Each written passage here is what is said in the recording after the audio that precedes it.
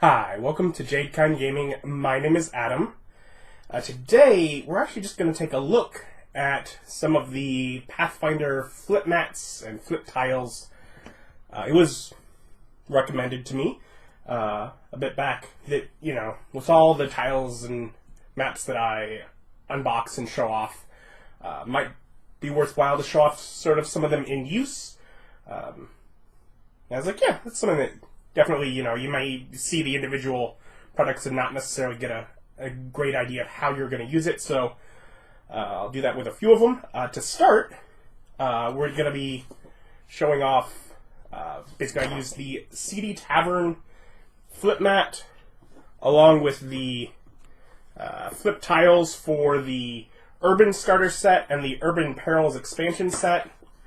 And when I put them all together, you sort of have your flip mat, your CD Tavern here, and then sort of on far end, as well as to the other side here, we just have all the individual tiles. Sort of the idea, I guess maybe you're inside the tavern when things go down, but then over the outer walls, things are being, city finds itself under attack. Things that are on fire to catch buildings on fire, or things that break things, cause holes, smash the town up a bit. So basically, you're in the tavern and you have to go defend, fortify against that.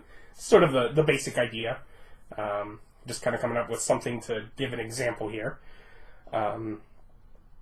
And with it, to show a few things about the tiles. First off, of course, these tiles and this map are not necessarily strictly made to go together. So here an alley may come to the back of a building, which is fine. You can have your entryways go into open areas if you provide them. As I've done here, but they don't strictly line up, the different pathways and roadways that these tiles create don't necessarily line up perfectly with the rest of with the map itself. Something to be aware of. And of course, even just when lining up the tiles with themselves, you kind of see the way you end up with certain openings, or you get if you have like a wall on one end, as I do,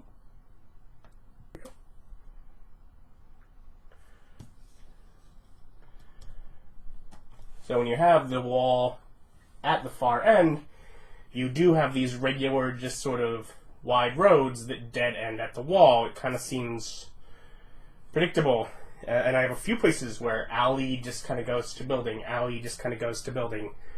Some of them where alley will go through, but it's just kind of working with what you have. Because some of them will go through, others won't. Just to be aware of how you put the tiles together. Also, with all these tiles, for the buildings, they're designed where you flip them over and you have the building on the other side. So if you want to be able to use that, well, first you have to know where do you enter. So you kind of have to put marks on the front end of here's where the door is.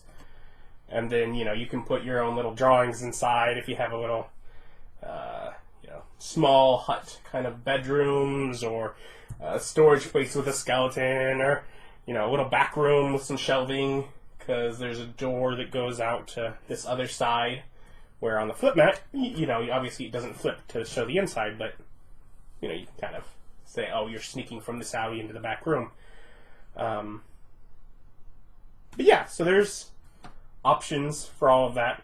And also, admittedly, with a black table like I have, it's not such a big deal, because when they don't line up perfectly, it doesn't look terrible. Do be aware of these. I mean, if you're not, if you're wanting to flip them over, obviously you're not able to just tape them down. And if they're not taped down, these little tiles do kind of shift, especially when you get a whole bunch of them. Because, yeah, that's just some things to be aware of as you're trying to put together. So that's sort of a use for some of the city tiles, some ways that that works. Some other things to look at would be forest tiles. Here, with just the forest starter set, I have created an encounter. It's the idea being, you come in, sort of cross the river, and a little path opens up into a clearing, a bit of an open area, tree in the middle for some cover, definitely a decent combat area there, that then goes into, another little path, or maybe a back path, another different way to enter, or maybe that's where the bad guys come through. It goes into another clearing that has another tree for some cover. Of course, many of the bits jut out, so if, say, someone is standing here, they, of course, have cover from people over here, and vice versa. And then, of course, a temple entrance to go into a dungeon below. But yeah, just sort of an option to set up really a couple of encounter areas that definitely could involve each other. They're close enough. You could have a fight here, and it could involve both areas. But yeah, just sort of a way to show using the forest tiles to create something. And then moving on to the dungeons, I figured I'd show that a couple different ways. With the city, I showed mixing the flip tiles and the flip mats. And of course, I have a lot more options than I do for forest with just the tiles, so I'll show that for dungeon. But also, you can just use some flip mats. For example, the dungeon multi-pack comes with 2 flip mats that will match up however you arrange them. For example, I've laid them out here. And of course, you can just draw on them. If need be, use a wet erase marker, and you can close off sections if you need to. To let players know, hey, there's actually a wall here. You also, there's the dungeon decor pawns, if you need to add a staircase, or if you don't have those, perhaps you have the old Hero Quest game, that adds a great staircase to get into the dungeon. But yeah, you can sort of have the idea of something simple like this of, someone goes down into a dungeon, and it kind of clears off to the side, go into a bit of a cavernous area of it. It quickly goes back to a dungeon. You end up with some just little dead-end areas, some rooms and pedestals, before getting to the section over with all these wells, which could be whatever they're having to find has to do with these inky black wells, or whatever, they've been corrupted in order to restore the water source to the area, they must be purified or whatever. So, it's simple enough of a concept, but this is just one, multi-pack of flip mats. And not only can you do this, but you can flip it, and now, instead of having, the whole cavern section of it, now it's just a different, maze of different rooms to get through. You still have the same start area. You now have to go through here to get over to those, but you've changed the entire layout on this end, just for a different option, different environment. So there are definitely things you can do with just the flip mats.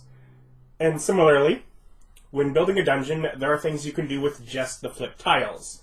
So here I have the dungeon starter set, as well as the Dungeon Perils expansion, and a few from the Dungeon Vaults expansion, although this one I just find less useful. But yeah, just sort of a dungeon setup where you enter in through a little part in the town, you go down some stairs, you got a passageway with, you can be shot from arrows as you go, and some arcane runes and turning and more of them, and you got some superheated metal, and you end up with this big just sort of room here with a big open platform, big platform, columns and areas for cover, big combat, the little arrow slits there. But also, if you instead go across this way, you can go up some stairs, and you can just put one tile over another to say, hey, when they get this way, they go up the stairs and around to get to where the other arrow slats are. And likewise, you're like, oh, you can just put tiles on top of another. You can change some things up a bit. Like, say you wanted a little bit of a different, approach. You could say,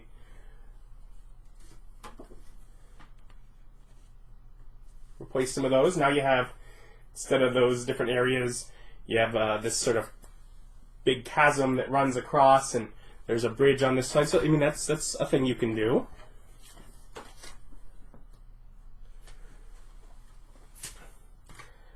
You could also change where you come in. Instead of coming in from outside, you could flip that here, and you have stairs coming there.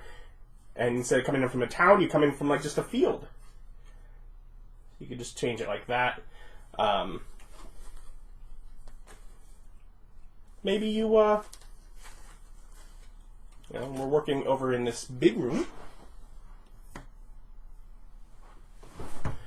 Perhaps you don't like this big, all these cover areas in the middle here. You can actually just put one that's not aligned with anything. You can center it there. Then just make it sort of a blank area, or a demon altar, or a weird arcane device. Obviously, you wouldn't stack each one on top of each other, but because each time you do, they get more slidey, or weird pyramid thing. Whatever, just different options. Or, you could say, maybe there's a rubble pile over on the side, or perhaps you want to open it up into some caverns later on, so you can have a broken out area where you leave after the room into the caverns. There are just various different things that you can do just by swapping what you do with these flip tiles. Gives you a lot of options where really with the same layout you can change a lot of the key points, the encounters, bits like that. Ultimately, between all of the sets, I think the dungeons are the ones I found most useful. Just in general. They're the ones where it feels like this sort of laid out, structured pattern works best. With the urban environments, it feels a little stiff. I like the flip mats for those better. Same with the forests. It definitely, feels very rigid when I'm building with it. When I'm building with the dungeon, and obviously you can still get some great results, it's just less variety of them, and it's more work to do. With the dungeons, things lay out a lot more easily and more fun. The Dungeon Vaults expansion doesn't enter into it a whole lot, although, the curved parts are from there.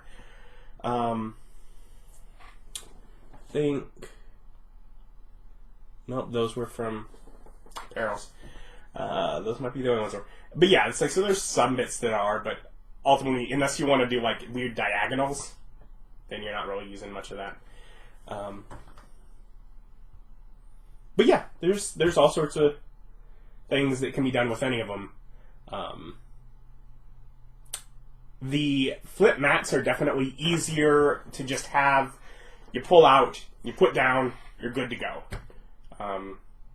I've shown how you can combine them with some things, but a lot of them you can just use on their own, and that is usually how I use them. These are definitely something I use less often, although they're a tool in the repertoire as a dungeon master. But yeah, the flip mats I definitely, and if you watch any of my games, you'll know they're the ones I am more likely to just pull out because they're easy.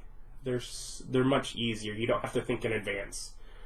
Sometimes I literally will. I have them sort of stationed next to me where I run my game, and sometimes I will be like, oh, we need an encounter, and I don't feel like drawing out this area, and I will just pull one and be like, bang, there we are. That's where you're at.